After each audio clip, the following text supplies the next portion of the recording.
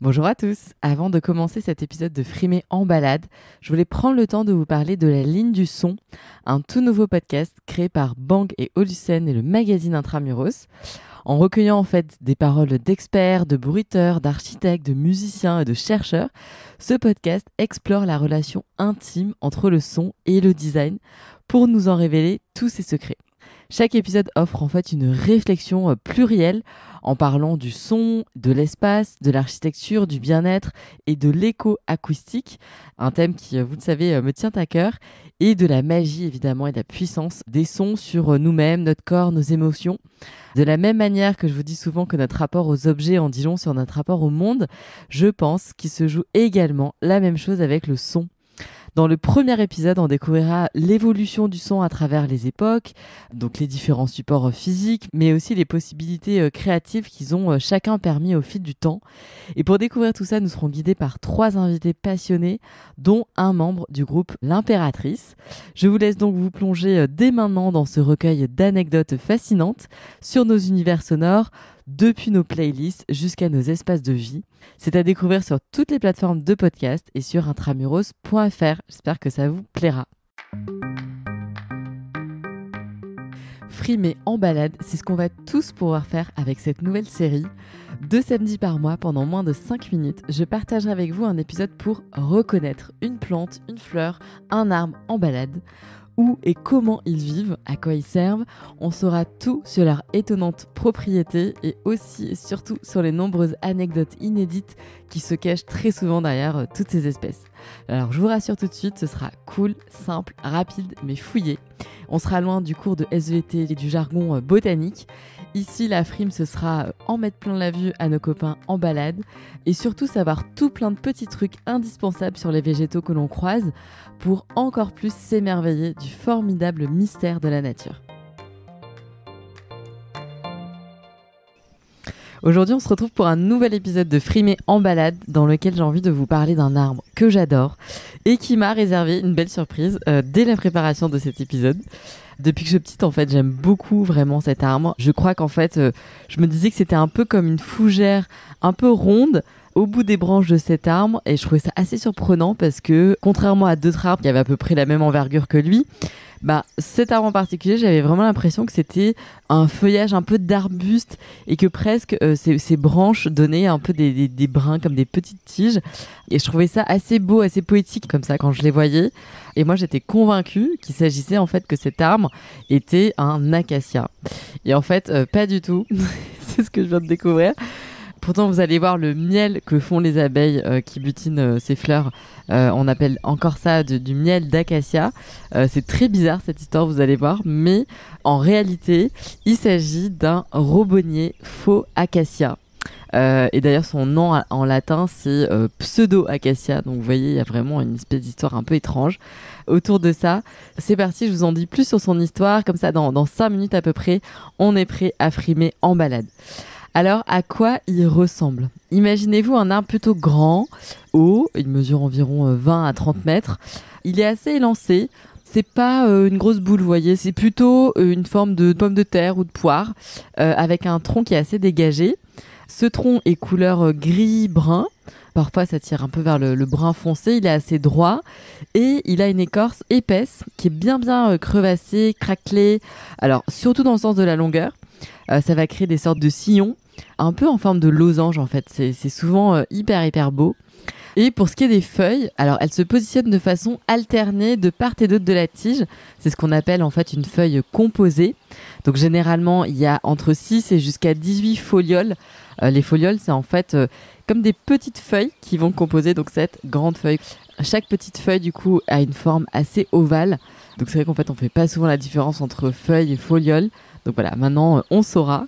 Je vous mettrai des photos sur Instagram parce que c'est très caractéristique en fait de cet arbre. Je suis sûre que vous en avez déjà vu, mais c'est vraiment une multitude de grandes tiges qui sont parsemées de ces petites feuilles comme des rameaux en fait. C'est vraiment un aspect de légèreté de l'arbre. Ça donne un côté doux en fait, je trouve, à cet arbre. Pour ce qui est de leur couleur, donc les feuilles sont vertes avec une touche un peu bleutée en été et deviennent jaune clair en automne. Comme en ce moment, et là c'est vraiment le festival quoi. C'est un spectacle incroyable de le voir, tout jaune. On voit souvent, vous savez, des photos de photographes qui prennent une photo d'un robinier entièrement jaune en plein milieu d'un parc, ou alors d'autres arbres encore verts, ou alors quand il y a dans les environs un érable du Japon déjà bien orange, ou un abricotier pareil. Là c'est des couleurs qui sont complètement sublimes. Et vous allez me dire, mais pourquoi finalement les feuilles d'arbres changent de couleur ? Alors je me faisais cette remarque en me baladant en forêt l'autre jour, et je me suis dit qu'il me restait quand même beaucoup de chemin à parcourir pour pouvoir complètement frimer en balade. Chaque année, jusqu'à présent, je me contentais vraiment de contempler sans trop comprendre la beauté de ce processus. Alors c'est génial évidemment juste d'apprécier les mystères de cette beauté sans forcément vouloir tout comprendre. Mais parfois aussi, comprendre, ça augmente l'émerveillement de cette beauté. Donc pour celles et ceux qui sont curieux, voilà un petit résumé de ce que j'ai compris en fait de cette magnifique métamorphose des feuilles. En fait, quand la saison passe de l'été à l'automne à l'hiver, ont lieu dans l'arbre plusieurs processus chimiques, et ce changement de couleur est un peu le résultat de tout ça. En fait, en règle générale, les feuilles, durant le printemps et l'été, elles servent un peu d'usine. Donc en fait, c'est là où la plupart des aliments, donc des sucres qui sont nécessaires à la croissance de l'arbre, vont être fabriqués. C'est pour ça, du coup, que la feuille capte le dioxyde de carbone qui est présent dans l'atmosphère, parce que ça va lui permettre de créer donc ces sucres, cette sève en fait un peu élaborée. Donc les feuilles, elles ont besoin d'énergie pour fonctionner, pour faire fonctionner un peu leur atelier, quoi. Elles vont donc découper et recombiner tout ce que l'arbre va aller chercher donc dans le sol, via ses racines, le mycélium, tout ça. Donc l'eau, mais aussi donc le dioxyde de carbone. Et c'est ce qu'on appelle la photosynthèse. Donc c'est les feuilles qui vont utiliser la lumière du soleil qu'elles captent grâce donc à la chlorophylle, qui est en fait un pigment de couleur verte. Et finalement, ce qui est bon en été l'est beaucoup moins en hiver, c'est-à-dire qu'en fait, au moment où les jours commencent à diminuer et où les températures commencent un peu à baisser, les arbres vont se mettre en mode hiver. Ils savent que finalement, à ce moment-là, les sols vont commencer à se refroidir, vont peut-être même geler, qu'il va donc être impossible de faire le plein en eau dans les nappes, que si les feuilles gèlent, parce qu'en fait, les feuilles contiennent de l'eau, donc s'il fait froid, elles vont geler aussi. S'il y a des vents forts, pareil, les feuilles vont augmenter la prise au vent, et ce sera finalement pire pour l'arbre. Si jamais il se met à neiger, pareil, le fait d'avoir des feuilles va augmenter la prise, où la neige va pouvoir être retenue, et que ça va peser encore plus lourd, et qu'il risque d'y avoir des branches cassées. Donc pour éviter finalement un peu tout ça, l'arbre va fonctionner différemment. Là, je vous parle des arbres qui perdent leurs feuilles en hiver. Donc pour éviter tout ça, ils vont se mettre à vivre un peu au ralenti et à faire des réserves. Et du coup, en fait, les échanges entre le bois, donc le tronc, etc., et les feuilles vont petit à petit cesser. Et en fait, privées de ces ressources, les feuilles vont arrêter de produire de la chlorophylle. Et en revanche, les éléments nutritifs qui étaient contenus dans cette chlorophylle, ils vont eux être recyclés et rapatriés plutôt dans les branches et dans le tronc. Et puis là, magie, qu'est-ce qui va se passer dans les feuilles ? Les autres pigments qui étaient présents jusqu'à présent dans la feuille, mais qui étaient masqués en fait par la chlorophylle, vont faire leur apparition. Et c'est ce qui explique finalement le changement de couleur avec ces feuilles qui deviennent jaunes, orange, un peu rose. Toute cette merveilleuse palette de couleurs. Alors, je reviens un petit peu à mon faux acacia.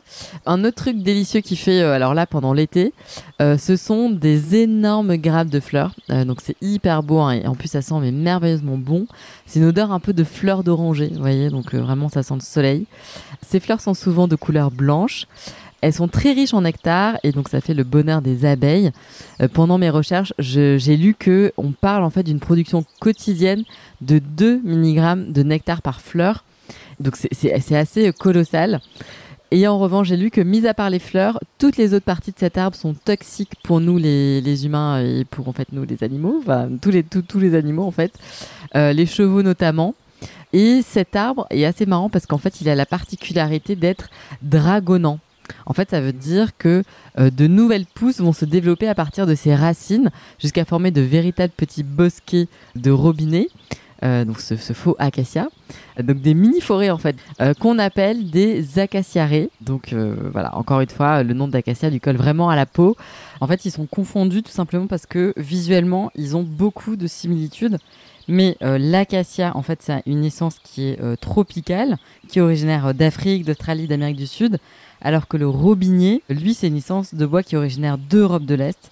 C'est juste qu'ils sont très similaires, mais en fait, ils viennent pas du tout du même endroit et ils ont rien à voir en fait en soi. Quant aux usages donc, de ce bel arbre, finalement, il est surtout considéré comme un arbre pionnier parce qu'en fait, il enrichit le sol par ses racines, il stabilise les terrains et ça, c'est hyper bon pour lutter contre l'érosion. C'est aussi un bon bois de construction parce qu'en fait, il est dense, dur, résistant, qui pourrit pas facilement et qu'il est aussi vachement résistant aux insectes et à l'air marin. Donc, il a été beaucoup utilisé pour les constructions navales. Ces fleurs, au-delà de permettre aux abeilles de faire ce délicieux miel, sont utilisées en parfumerie et en cosmétique. Et niveau symbolique, l'acacia est le symbole de la renaissance et de l'immortalité en Égypte. On lui octroie des pouvoirs protecteurs chez les Berbères. C'est aussi le symbole des francs-maçons. Et en général, on dit que le robinier est le symbole de la chance, du bonheur, de l'amitié et de la protection. Bon, ça, on prend. Donc voilà, j'espère que cet épisode vous a plu. On se retrouve très vite pour un épisode de Frimer en balade.